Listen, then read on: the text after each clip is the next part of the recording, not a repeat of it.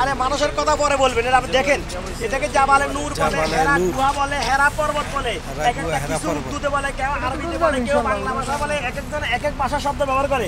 শব্দ আমরা এটাকে জাবালে নূর বলি। এখানে কি হয়েছে? এখানে কোরআন নাজিল হয়েছে। এখানে কি হয়েছিল? কোরআন নাজিল হয়েছে আল্লাহ রসুলের উপরে। কোরআন নাজিল হয়েছে আল্লাহ রসুলকে ওই থ্রুতে, আল্লাহ রসুল উম্মি মানে যারা লেখাপড়া জানে না তাদেরকে উম্মি বলা হয়, কিন্তু আমি আল্লাহ রসুলকে ওই থ্রুতে বলি না। আল্লাহ রসুল উম্মি ছিল। আল্লাহ রসুলের উস্তাদ পৃথিবীতে কেউ না। আল্লাহ রসুলের উস্তাদকে রব্বুল আলামিন স্বয়ং। আল্লাহ রসুলকে যখন জিবরাইল এখানে যখন ধ্যান করছে, যখন কোরআন নাজিল হইতেছিল, যখন আল্লাহ রসুলকে বলছিল তুমি পড়ো, আল্লাহ রসুল বলেন তো আমি পারি না, পড়তেছে না।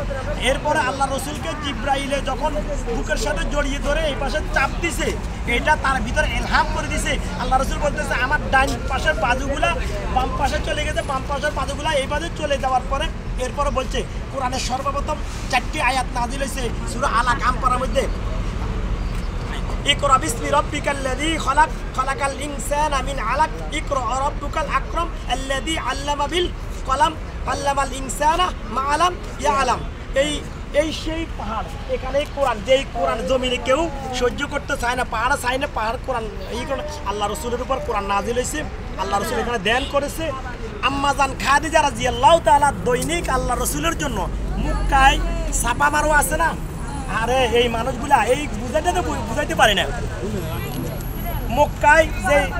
মক্কায় যেই ছাপা মারোয়া আছে, ছাপা মারোয়ার সাথে আল্লাহ রসুলের ঘর, ওখান থেকে আম্মাজান খাদিজা রাদিয়াল্লাহু তাআলা দৈনিক আল্লাহ রসুলের জন্য 2বার এখানে খাবার নিয়ে আসতো। কিভাবে আনতো আমি জানি না, আল্লাহু আলাম। শুধু এই কথাগুলো মা চিন্তা করেন, এই কথাগুলো চিন্তা করলে আপনাদের 70 বছর 80 বছরের হায়াত পরিবর্তন হয়ে যেত।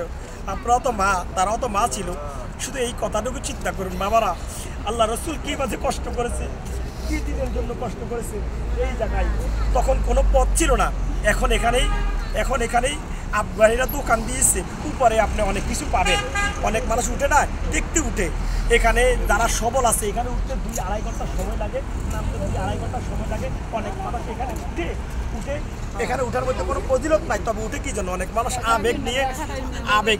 সবাই তো আপনারা বৃদ্ধ মানুষ উঠতে যাই অসুস্থ হয়ে দেবেন, এটা না। যারা সবল আছে কোনো ব্যক্তি উঠতে যায়।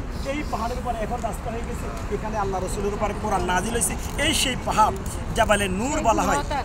ওই গুহাটা এখন আছে। আল্লাহ রসুল যেখানে বসে ধ্যান করতো, মানুষ অনেক সময় প্রবেশ করে। ওখানে একটা মিউজিয়াম, এই গুহার সব, এখানে একটা মিউজিয়াম জাদুঘর আছে, 20 রিয়াল করে বানানো, 20 রিয়াল করে দেখা। ঠিক ওই গুহার সব নিদর্শনগুলো এখানে টেলিভিশনের পর্দার মাধ্যমে দেখা। এখানে একটা মিউজিয়াম করছে নতুন করে, এরা জাদুঘর। 20 রিয়াল করি, এটা বিকেলে আসলে 20 রিয়াল করি দেখি, টিভির মতন পর্দা।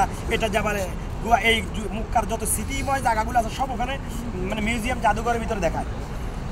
এই জায়গায় রাসূল ধ্যান করেছে, বুঝতে পারছেন? এই সেই জায়গা।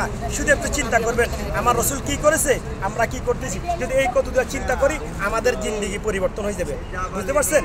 আলহামদুলিল্লাহ আমরা এসেছি, আল্লাহ পাক আপনাদেরকে এনেছে, এই তৌফিক দান করুক, আমিন।